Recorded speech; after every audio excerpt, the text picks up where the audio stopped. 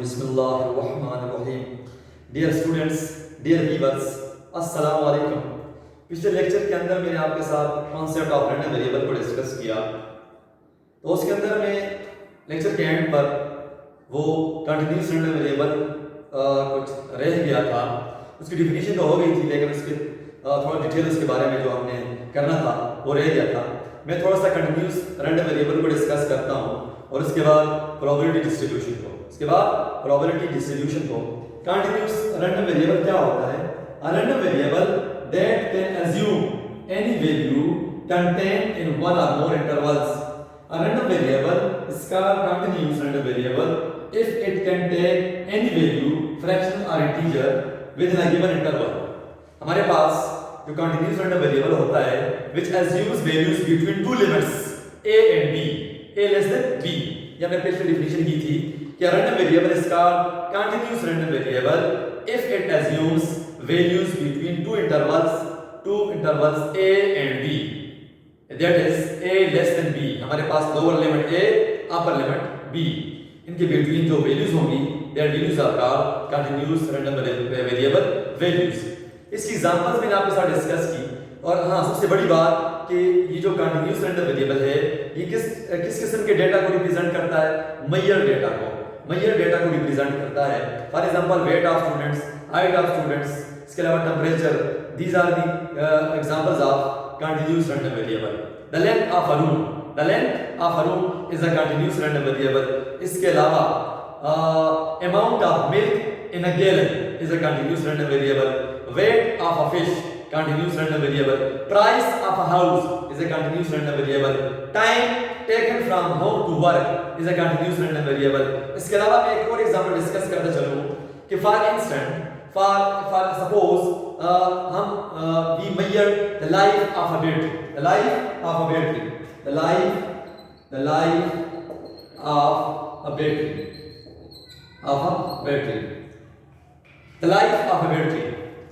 for instance the life of a battery may be 40 hours, maybe 40.25 hours, maybe 40.675 hours। अब यहाँ पे इनकी confirm नहीं, कोई भी हो सकती है, कोई भी इसकी लाइफ टाइम हो सकती है। लेट्स से हम क्या करते हैं कि हम एक बैटरी सेलेक्ट करते हैं। इन्हीं बैटरीज के अंदर से हम एक रैंडम वेरिएबल डिफाइन करते हैं। नहीं, पहले हम एक बैटरी सेलेक्ट करते हैं इन्हीं बैटरीज में से।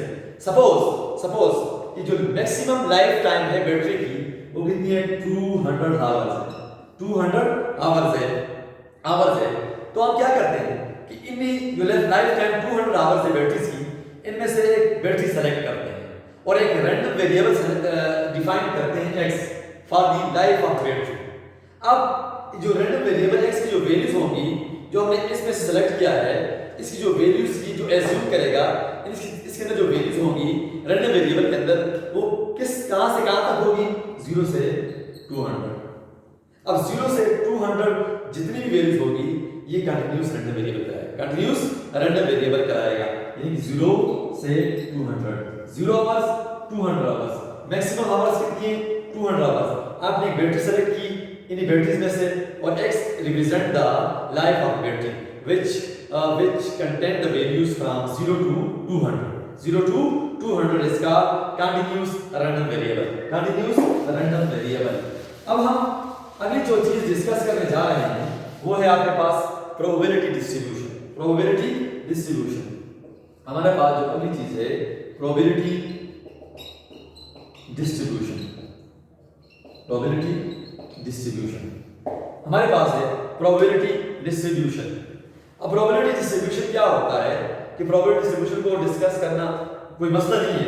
हमारे पास जो रैंडम वेरिएबल होता है जो हमने डिफाइन किया, रैंडम वेरिएबल ये होता है, डिस्क्रीट ये होता है, कंटीन्यूअस ये होता है। जो हमारे पास रैंडम वेरिएबल होता है उसकी जो वैल्यूज होती हैं उन वैल्यूज की जो प्रोबेबिलिटीज हैं, the random variable their values and their associated probabilities, इसका उसके जो डिस्ट्रीब्यूशन बनेगा that distribution is called probability distribution. या the tabular form of the random variable values and their associated probabilities is called probability distribution. आपके पास जो random variable होगा x और इसकी जो वैल्यूज होंगी x1 अप टू xn और इसकी जो प्रोबेबिलिटी। अब हमारे पास एक चीज और याद रखिएगा कि probability distribution satisfies two conditions. There are two conditions which satisfy the probability distribution. Number A, हाँ probability distribution को आप P of x से रिप्रेजेंट करते हैं या P of x बराबर है xi से रिप्रेजेंट करते हैं या आप F of x से भी रिप्रेजेंट करते हैं, G of x से भी रिप्रेजेंट करते हैं, R of x से भी रिप्रेजेंट करते हैं। These are called probability distribution representation. अब probability distribution को हम फिर डिफाइन करते हैं आपके सामने कि जो रैंडम वेरिएबल की वैल्यूज होंगी और उनकी जो एसोसिएटेड प्रोबेबिलिटीज होंगी उनका जो डिस्ट्रीब्यूशन बनेगा वो डिस्ट्रीब्यूशन क्या कहलाएगा? Probability distribution.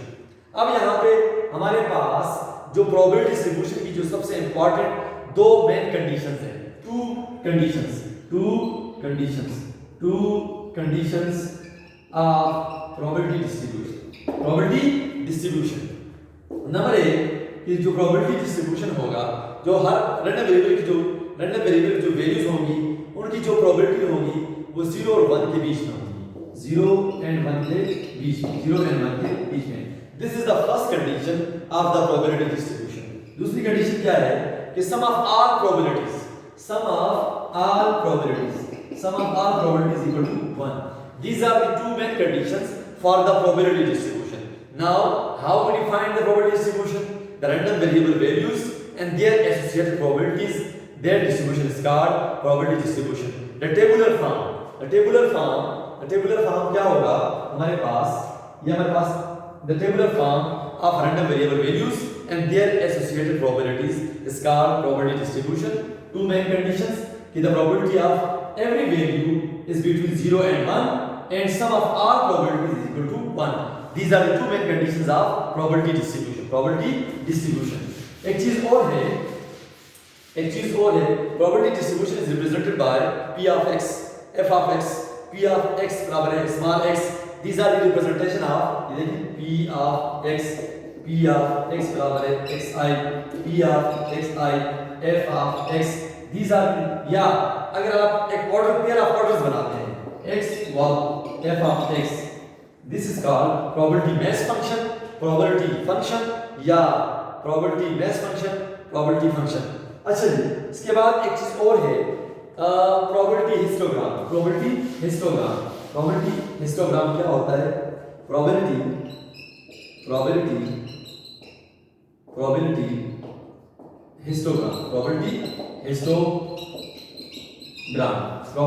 histogram। अब probability histogram हमने पिछले टॉपिक्स के अंदर सबसे जो पहला चैप्टर था उसके अंदर हमने डिटेल के साथ डिस्कस किया था कि हिस्टोग्राम क्या होता है। हिस्टोग्राम के अंदर हमारे पास x एक्सिस होता है, y एक्सिस होता है, जो उसकी शेप होती है, जो उसकी स्ट्रक्चर होती है, वो किस तरह से आपके पास ये आपके पास हिस्टोग्राम, ये क्या आपके पास हिस्टोग्राम है। अब प्रोबेबिलिटी डिस्ट्रीब्यूशन, यदि प्रोबेबिलिटी हिस्टोग्राम क्या होगा? सिंपल सी बात है, इन probability histogram along x axis we have the random variable values, along x axis we have the random variable values and along y axis we have the probability of the values। इस तरह होगा हमारे पास random variable की values, इधर हमारे पास क्या होगा? probabilities होंगी हमारे पास, और ये आपके पास जो height होगी, height of each bar for the random variable values is equal to probability of that random variable. The height of each bar is equal to the height of each bar for the random variable value is equal to the probability of that random variable। जो random variable की probability होगी, random variable की value की जो probability होगी वही बार की height होगी, इधर आपके पास random variable की values होंगी, इधर आपके पास probabilities होंगी। इस किस्म के ग्राफ को हम कहेंगे probability histogram। अब probability distribution को हम theoretical frequency distribution भी कहते हैं। theoretical frequency distribution भी कहते हैं। The probability distribution is also known as theoretical frequency distribution। The probability distribution is also known as theoretical frequency distribution। तो हमारे पास probability histogram, probability distribution। अब probability histogram के अंदर हमारे पास random variable values and along y axis हमारे पास probabilities, height of each bar for the random variable value is equal to probability of each random variable। जो random variable की value की probability होगी वही बार की हाइट होगी। इस किस्म के हिस्टोग्राम क्या कहेंगे, प्रोबेबिलिटी हिस्टोग्राम। यहाँ से आपको पता चल जाता है कि यहाँ पे नॉर्मल है, एबनॉर्मल है, जो भी होगा वो आपको पता चल जाएगा। अब यहाँ पे आप डॉट भी लगा सकते हैं। अब यहाँ पे हम जो नेक्स्ट जो इम्पोर्टेंट चीज़ है जो हम करने जा रहे हैं वो क्या आपके पास, हमारे पास वो है डिस्क्रीट। हम कैसे स्टार्ट लेते हैं, हम स्टार्ट लेते हैं discrete probability distribution. Discrete probability distribution, discrete probability distribution. What is discrete probability distribution? हमने probability distribution को सिंपल सी बात है, इसमें कोई मसला नहीं है। अगर रैंडम वेरिएबल जो हमारे पास अगर डिस्क्रीट हो और उस रैंडम वेरिएबल की जो वैल्यूज होंगी, उन वैल्यूज की जो प्रोबेबिलिटीज होंगी, उनका जो डिस्ट्रीब्यूशन बनेगा वो डिस्ट्रीब्यूशन बन कहलाएगा discrete probability distribution. Discrete probability distribution वही कंडीशन सेटिस्फाई करेगा है कि हर एक प्रोबेबिलिटी, हर एक वैल्यू की जो प्रोबेबिलिटी होगी वो 0 और 1 के बीच में होगी और टोटल जो प्रोबेबिलिटी होगी वैल्यूज की वो 1 के बराबर होगी। अ random variable which is discrete यानी कि the relationship between random variable values and the associated probabilities is called discrete probability distribution या a tabular form the relationship between random variable values and their associated probabilities। Random variable की जो values होंगी, ये discrete random variable हो अगर हो, उसकी जो वैल्यूज होंगी और उनकी जो प्रोबेबिलिटीज होंगी, उनका जो रिलेशनशिप बनेगा वो डिस्क्रीट प्रोबेबिलिटी डिस्ट्रीब्यूशन होगा। डिस्क्रीट अगर रैंडम वेरिएबल डिस्क्रीट होगा तो डिस्क्रीट प्रोबेबिलिटी डिस्ट्रीब्यूशन होगा। ओके, इसके अलावा एक और डिफिनेशन भी है कि the tabular form of the random variable values and their associated probabilities are known as discrete probability distribution. Discrete probability distribution क्या होगा कि the tabular form of the tabular form of random variable values and associated probabilities। जो हमारे पास random variable की values होंगी और उनकी जो प्रोबेबिलिटीज होंगी, अगर उनको आप टेबल के जरिए रिप्रेजेंट करें, that distribution is called discrete probability distribution. अगर रैंडम वेरिएबल डिस्क्रीट हुआ तो आप वो टेबल किस तरह बनाएंगे? लेट्स से हमारे पास रैंडम वेरिएबल है x, वैल्यूज हैं x1 up to xn, these values are countable, isolated, jump in and tracks। now this random variable is called discrete और इसके जो डिस्ट्रीब्यूशन बनेगा वो क्या कहलाएगा? discrete probability distribution which is represented by discrete probability distribution या discrete probability distribution या overall probability distribution is represented by p of xi, p of x बराबर है x या f of x, two conditions satisfied, so less than f of x less than 1 या sum of f of x बराबर है 1। these are the two conditions, main condition which satisfy the probability distribution या r of x या g of x या h of x, these are the representation for probability distribution। अच्छा जी, यहाँ पे अगर हमारे पास रैंडम वेरिएबल की वैल्यूज हैं और उसकी जो हमारे पास क्या है, उसकी क्या है? प्रोबेबिलिटीज है। क्या है? प्रोबेबिलिटीज है। अगर इनको आप टेबल फॉर्म में रिप्रेजेंट करें, किससे रिप्रेजेंट करेंगे? x और हमारे पास क्या होगा? Probability of x, x1 x2 up to xn, probability of x1, probability of x2, probability of xn, individual probabilities, sum of probabilities बराबर है 1। This table is called probability distribution और यहाँ पे इसकी सब की जो प्रोबेबिलिटी होगी यानी कि 0 less than probability of x1 less than 1, 0 less than probability of x2 less than 1। these are the two conditions which satisfy the probability distribution। probability distribution is represented by f of x, r of x, this is also known as probability mass function, या probability function। अब यहाँ पे जो हम मैंने आपके सामने ये तो मैंने कहा डिस्क्रीट प्रोबेबिलिटी डिस्ट्रीब्यूशन, अब इसको हम एग्जांपल्स के जरिए क्लियर करते हैं। अब एग्जांपल के जरिए हम इसको क्लियर करते हैं कि एग्जांपल क्या है हमारे पास, डिस्क्रीट प्रोबेबिलिटी डिस्ट्रीब्यूशन की एग्जांपल क्या है। मैं खुद से एक एग्जांपल आपके सामने डिस्कस करना चाहूंगा खुद से, फिर बाद में आपको मैं असाइनमेंट्स के तौर पर दूंगा। मेरे पास एक क्वेश्चन है क्वेश्चन क्या है? लेट हमने क्या suppose we tossed the coins 3 times या 2 times. Task the kind 2 times. Find the probability distribution for the number of heads. Task the kinds 2 times. हमने काइन को टास्क किया 2 times और आपसे क्या मांगा गया? Find the probability distribution for the number of heads. For the number of heads. यहाँ पे एक बात मैं आपको क्लियर करता चलूं कि जिस तरह मैंने आपको कॉन्सेप्ट के अंदर कांसेप्ट ऑफ रैंडम वेरिएबल के अंदर आपको साथ डिस्कस किया कि रैंडम वेरिएबल की जो रैंडम वेरिएबल जो होता है वो क्या होता है? Numerical description of random experiment होता है. सैंपल स्पेस की जो वैल्यूज आउटकम जो होते हैं उनको न्यूमेरिकल वैल्यूज असाइन करते हैं. सिंपल सी बात है, आसान सी बात है कि जो फर्स्ट ऑफ ऑल आपने क्या करना है कि आपने आउटकम्स, टोटल आउटकम्स कितने बनते हैं वो आपने डिफाइन करना है. हमारे पास टोटल आउटकम कितने बनते हैं? 4. वो क्या क्या है? Head head head tail head. These are the possible outcomes when 2 kinds are tasked. आपने 2 kinds को टास्क किया. These are the possible outcomes.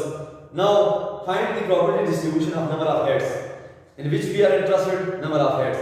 जिस चीज की probability distribution मांगी जाए, जिस तरह पिछले चैप्टर्स के अंदर, पिछले वीडियोस के अंदर मैंने आपके साथ किस चीज को डिस्कस किया था कि जिस चीज के अंदर आप इंटरेस्टेड हैं, जिस चीज की probability फाइंड करने जा रहे हैं, वो ऊपर नीचे टोटल आउटकम. सेम वही तरीका यहाँ पे आपने किस चीज की probability distribution फाइंड करना है? Number of heads. तो सबसे पहले आपने न्यूमेरिकल वैल्यूज असाइन करनी है for the number of heads when 2 kinds are tasked. अब इस सैंपल स्पेस को आप देख सकते हैं कि आप नंबर ऑफ हेड्स के अंदर इंटरेस्टेड हैं 2 1 1 and 0. These are the numerical values 2 1 1 0 for the sample space. हमने आउटकम्स को न्यूमेरिकल फॉर्म में लिखा, सैंपल स्पेस को न्यूमेरिकल फॉर्म के अंदर एक्सप्रेस किया. The numerical presentation of the sample space is called random variable. तो हमारे पास x, हम एक रैंडम वेरिएबल डिफाइन करते हैं, उस रैंडम वेरिएबल का नाम रखते हैं हम x. We define a random variable x, हमने नाम रखा x. x किसको रिप्रेजेंट करता है? Number of heads. इसको रिप्रेजेंट करता है. Number of heads which is represented by x. तो x की क्या वैल्यूज हो सकती हैं? Possible values, possible numerical values for x from the sample space. तो x क्या हो सकती है? 0 1 2.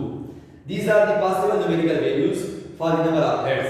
0 mean no head, 1 mean only one head, 2 mean 2 heads.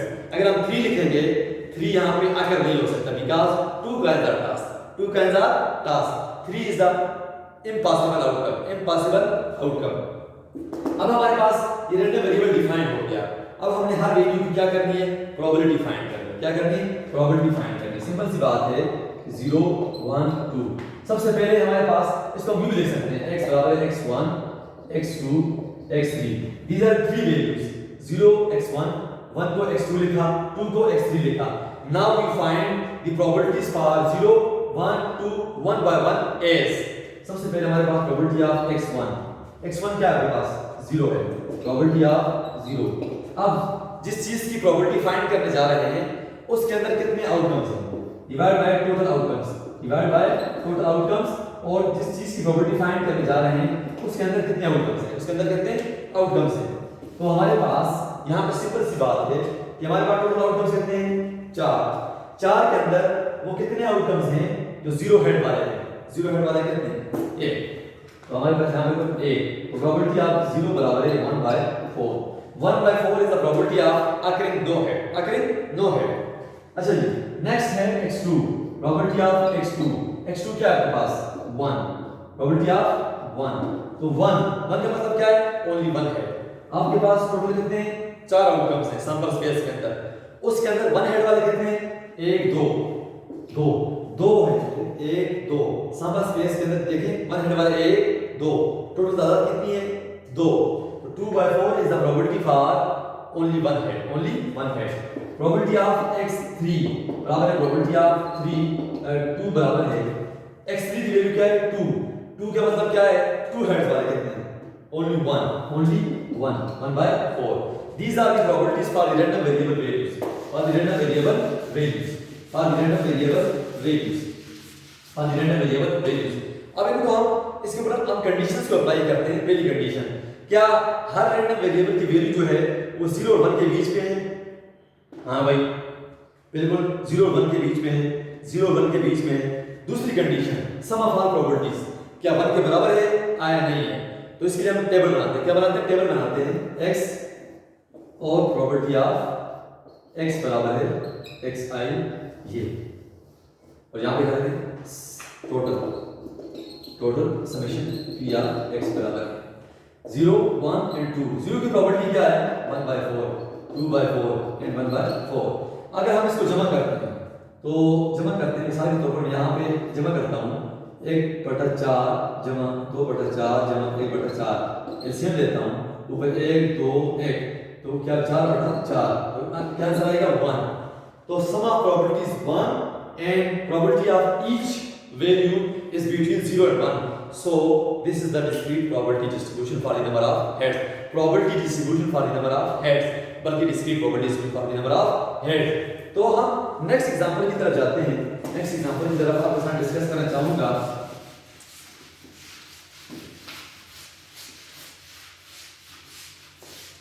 Next example क्या आपके पास, मैं सिर्फ क्वेश्चन लिखूंगा फिर आपने खुद करना है सारा। क्वेश्चन क्या है आपके पास, when two balanced coins are tossed, when two dice are rolled, दो डाइस को रोल करते हैं, find the probability distribution for the sum of the upper faces.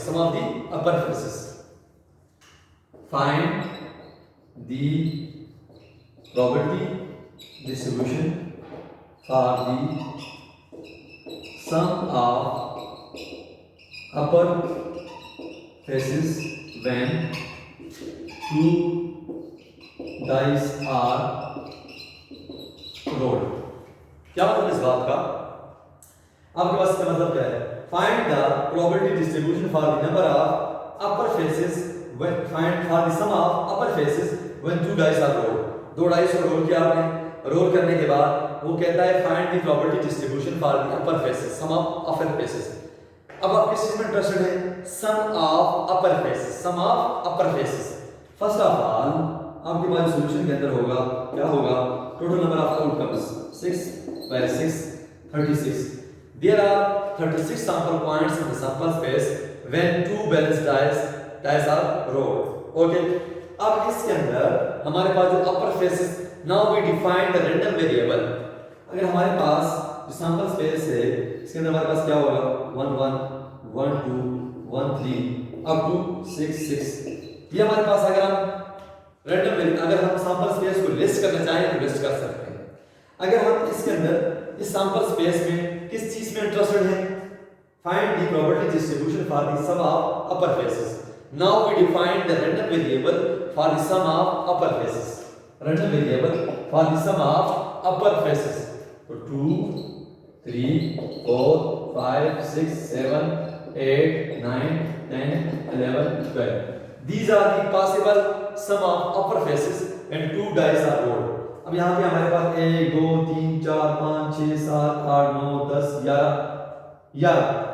11 हमारे पास रैंडम वेरिएबल की वैल्यूज हैं।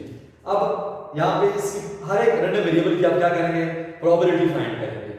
यानी कि आपके पास x बराबर है x1 x2 up to x11, probability of x1 probability of x2 up to probability of x11।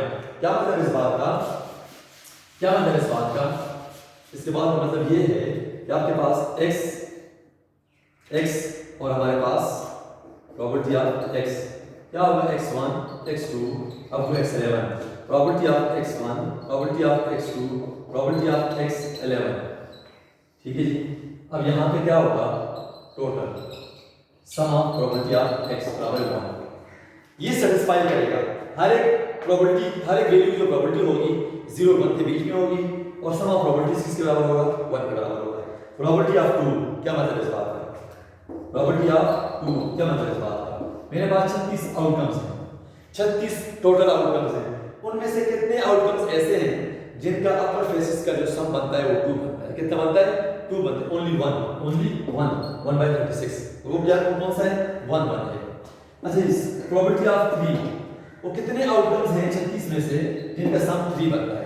Upper face यानी कि सम 3 बनता है, एक है 1 2, एक है 2 1, तो 2/36।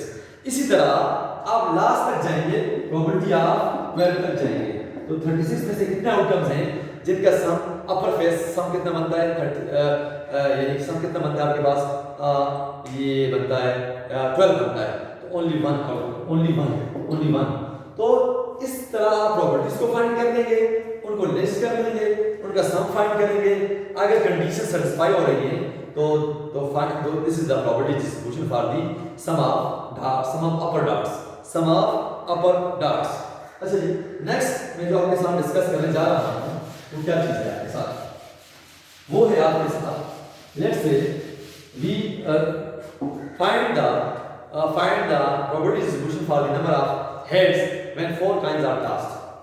Find the probability distribution for number of heads when 4 coins are tossed.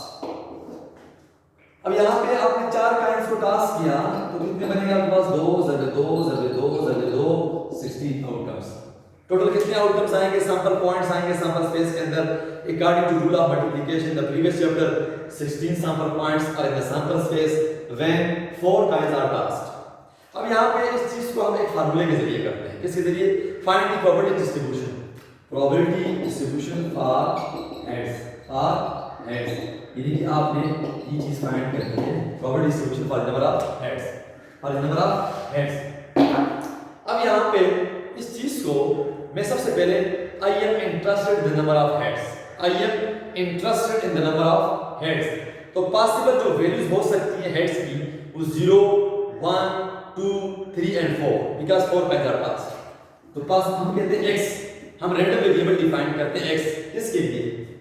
Number of heads के लिए।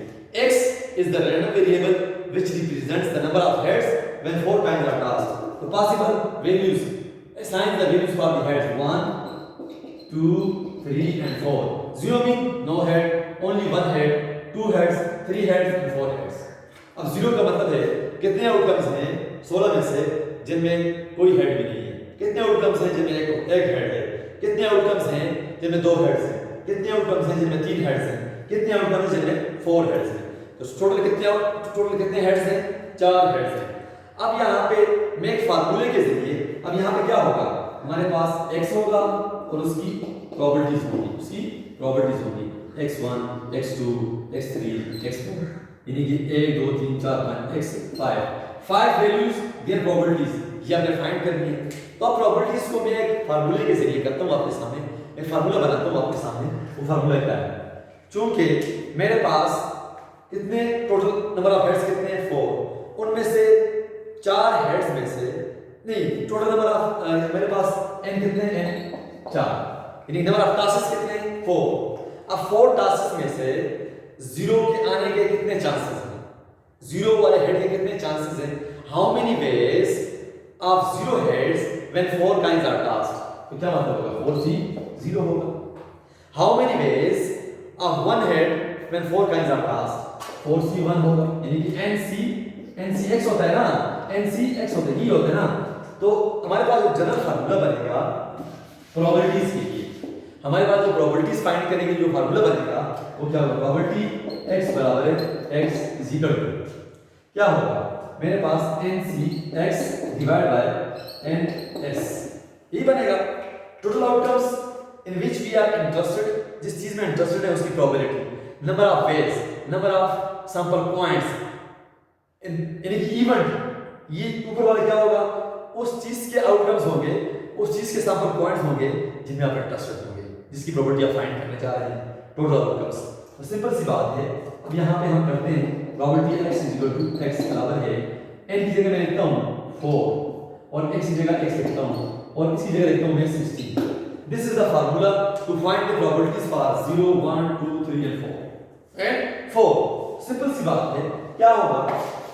सिंपल सी बात है, अगर हमारे पास मैं x की जगह पे 0 रखता हूँ, x की जगह पे 0 रखता हूं, तो यहां क्या होगा 4c0 डिवाइड बाय 16 ये प्रॉपर्टी आ गई। इसी तरह इसको आप सॉल्व करेंगे, क्या करेंगे सॉल्व करेंगे किसके जरिए कैलकुलेटर के जरिए। फिर इसी तरह x बराबर है 1, तो क्या होगा 4c1 डिवाइड बाय 16। इसी तरह x बराबर है 2, क्या होगा 4c2 divide by 16। These are the probabilities. इसी तरह 4x बराबर 2, इसके बराबर होगा 4c2 डिवाइड बाय 16। इसी तरह आखिर क्या है 0 1 0 1 2 3 ये 3 होगा, आखिर क्या है 4। प्रोबेबिलिटी x बराबर है 4c4 divide by 16। These are the probabilities for the outcomes 0 1 2 and 3। आपके पास रैंडम वेरिएबल है x और इसकी प्रोबेबिलिटीज 0 1 2 3 and 4। ठीक है, यहाँ पे क्या होगा टोटल सम ऑफ px। यहाँ पे 0 की प्रोबेबिलिटी यहाँ से आ जाएगी, आपके पास 1 की प्रोबेबिलिटी यहाँ से आ जाएगी, 2 की प्रोबेबिलिटी यहाँ से आ जाएगी, 3 की प्रोबेबिलिटी यहाँ से आ जाएगी एंड 4 की प्रोबेबिलिटी यहाँ से आ जाएगी। तो जब आप प्रॉपर्टीज फाइंड कर लेंगे फिर चेक करेंगे आया हर एक वैल्यू की प्रोबेबिलिटी 0 एंड 1 के बीच में पहली कंडीशन सेटिस्फाई हो रही है, अगर हो रही है तो फिर दूसरी कंडीशन जितनी प्रोबेबिलिटीज आपके पास आई हैं उनको क्या करें आप सम करें। अगर सम 1 के बराबर है डिस्ट्रीब्यूशन इसका प्रोबेबिलिटी डिस्ट्रीब्यूशन। तो ये हमने इस चैप्टर के अंदर इस टॉपिक के अंदर इस वीडियो के अंदर मैंने आपके साथ डिस्कस किया प्रोबेबिलिटी डिस्ट्रीब्यूशन को डिस्कस किया, डिस्क्रीट प्रोबेबिलिटी डिस्ट्रीब्यूशन को डिस्कस किया विद एग्जांपल्स। इंशाल्लाह नेक्स्ट वीडियो के अंदर हम मजीद और टॉपिक्स के साथ आएंगे। तब तक के लिए मैं आपसे इजाजत चाहूंगा। अल्लाह हाफिज।